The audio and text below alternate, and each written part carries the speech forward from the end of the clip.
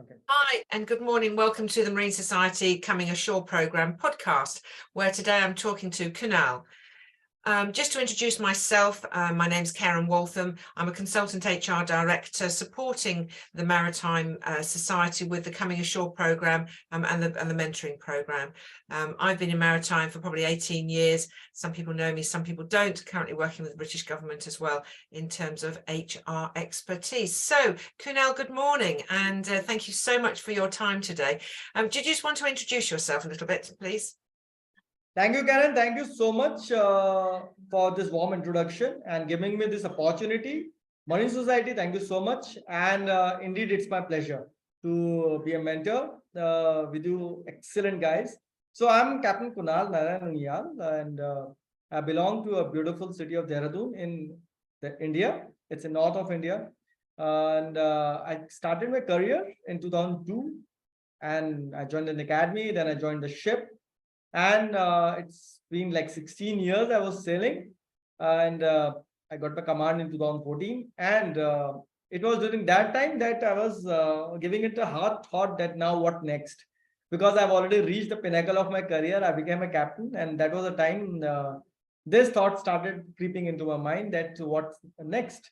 And that's when I started studying. I did my research, and I realized that a good degree from a reputable college is a must if I'm looking to settle ashore. Landed up at Cardiff University. I did my post graduation, and my specialization was in maritime law. And luckily, I was university's runners up. I was very good with my academics. Again, a lucky one. I got a job in Baltic Exchange in London as a brokering and chartering in the brokering and chartering department, working there for quite some time. And meanwhile, as I was telling Karen also that I'm a writer. I wrote books one after another, and a celebrated writer. I got awards in India and France, and in fact, my one of my book was appreciated by Queen Elizabeth herself by Sparrows in the Mirror, and my book is catalogued in British Library. So after that, I came back to India with a vision of starting a college, an academy dedicated to commercial shipping operations, something which people have not thought about, and started this International Maritime Business Academy. I'm the founder and CEO of IMBA. And now it's been 4 years successfully running this college, helping a lot of people settle ashore. And all I can say is that if I can do it, everybody else can do it. Oh, thank you. Thank you, Kunal. Thank you so much. Yeah, it's a very rich background that you've had. When you decided to come ashore, it is a difficult challenge, and I think that's one that a lot of people are finding, however long they've been at sea, whether it's 2 or 3 years, whether it's 14, 15, 16 years. What was the thing that actually for you was the spark that said, now's the right time to do it? What was the thing that sparked it in your mind? Good question. Karen, I always tell people the more you are at sea, more difficult it becomes for you to transit ashore. Yeah. Younger you are, in a lower rank, it is very easy to transit ashore. Once you are already in command, you have already reached the management level, it becomes very difficult. Most important and the most difficult thing which is in transiting from ship to shore is that sense of security. You exactly don't know what you have to do because uh, our schooling is very limited. Our college life is restricted. We don't have much exposure. Technically we are very sound, we are very good with shipping and sailing, but when ashore you have to think twice like what you want to do. So that's a challenging part. That was the most difficult part for me. But one thing I knew was that with good education, with good degree from a good college, it will help me out in settle ashore. Yeah, and I think you're right when it comes to the, as you say, it's a safety situation when you're on board, whoever you're sailing with and wherever you are in the world, you have that small family, and it can be really daunting to actually think what are the roles. You don't necessarily see that. Some organizations have opportunities to work ashore for a period of time, but it's totally different. I think that's the thing. And do you hear of people coming ashore earlier nowadays than they used to? Because I get the impression, and certainly from my own experience, as you say, once you become a master, it's a little bit more difficult. But actually, the younger you are, if you then make that transition, although we need masters, we need chief engineers, etc. When you've got all your tickets, that's fine. But actually, there's a little bit of a desire, perhaps, for people to be coming ashore a little bit younger nowadays. What do you think about that? Yes, indeed. Yes, it's happening. See, the shipping that we knew 20 years back is now totally different. With too much of commercial pressure, too much of pressure ashore. Yeah. Along with that, the social obligations. Now the mindset is changing. Previously, we didn't had that many options ashore.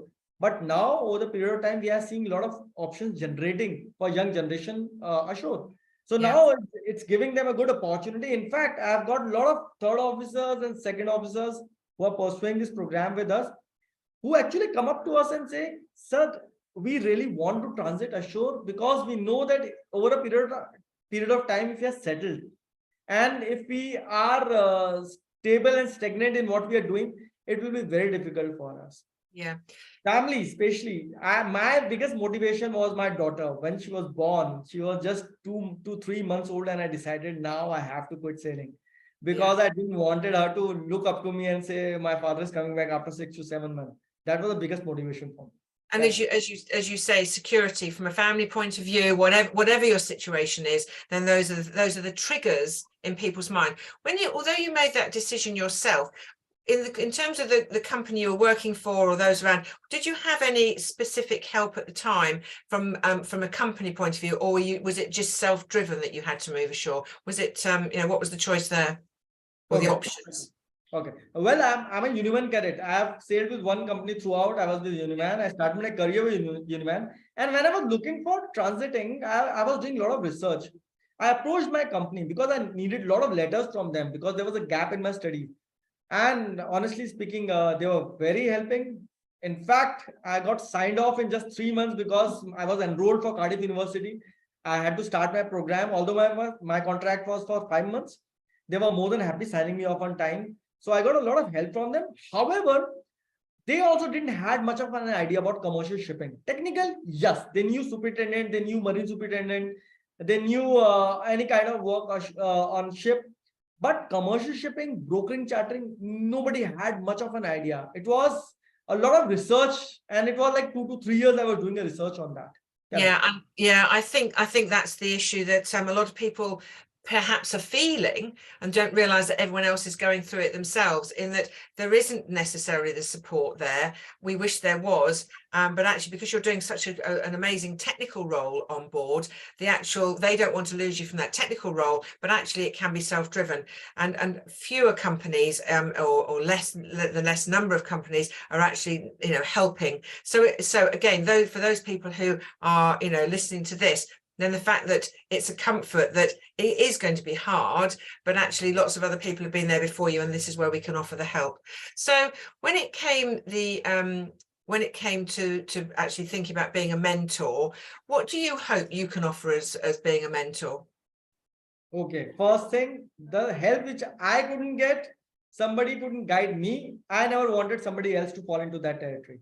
I wanted to be the first one to guide somebody actually how it happens, to hold his hand and tell him it's perfectly fine, it's okay. A lot of people are doing, you can also do that. Regarding sense of security, I always tell people, you need to spend your time, you need to invest your money in yourself. We spend a lot of time, we spend a lot of money in house, cars. Why not education? Get yourself educated. My time, nobody guided me. I was all over the place. That's why it took me so much of time. But now I believe I have to be the first one to help them out, guide them, tell them it's okay, it's perfectly fine. Take your time, and the transition will happen. It will take time. You have started a cadetship at one point of time, and then you became a captain. This is as good as starting your cadetship, and it's for good because you'll be with your family. You'll be there. You'll be supporting them all the time. Initially, salaries might not be that much. However, over the period of time, you will be earning much more than what you have been earning on ship. So there are a lot of things which has to be guided. And honestly speaking, the idea is very simple. I didn't get that guidance. Why should anybody else suffer? Let everybody be guided in rightful direction and let them decide what they want. Yeah. Okay, no, thank you, Kunal. That's lovely. And when it comes to people listening to this, what are little golden nuggets for you, which of advice that you can offer just at this point? Some Kunal golden nuggets. Okay. Okay. First thing, be very sure about yourself. Second thing, back yourself is perfectly fine. You have navigated the biggest ships in the world. You have transited your ship through the most difficult of the canals. So this is nothing. So first thing is that you need to back yourself. Then get yourself educated, get yourself trained, move with people. Because what happens is that when you are on ship, you actually lag behind. People move quite ahead of time. So you need to walk with them. You need to grab as much of knowledge as possible for everything around. Then stop thinking about monetary part. Success is the most important aspect. If you're successful, if you're settled, if you're doing good, money will follow. Don't get bothered that in a year or two you're not earning that much that people are earning on board. It's perfectly fine. In another 5 to 6 years, you'll be earning much more than what people are earning on ship. So be rest assured, relax, enjoy your life. This is the most beautiful period of your life. And keep your concepts very, very clear. If you want to do MBA, why you want to do MBA? What kind of MBA you want to do? Just because my XYZ is doing MBA, you also want to do MBA? It doesn't work that way. You have to be sure about what you want to do. Do a research. There are a lot of colleges, a lot of academies, Money Society. Please follow them. Just see what's going around. You'll be guided in the rightful direction. Correct. Yeah. That's lovely. No, thank you very much indeed. Well, Kunal, I'm sure that it doesn't matter what level to me anyone wants to go to in terms of their own direction of their career, whatever level, as you say, there's always opportunities. And the fact that we have people who are offering help and offering some guidance or the opportunity to have those discussions, those rich discussions, I think is an amazing thing that we're doing at the Marine Society.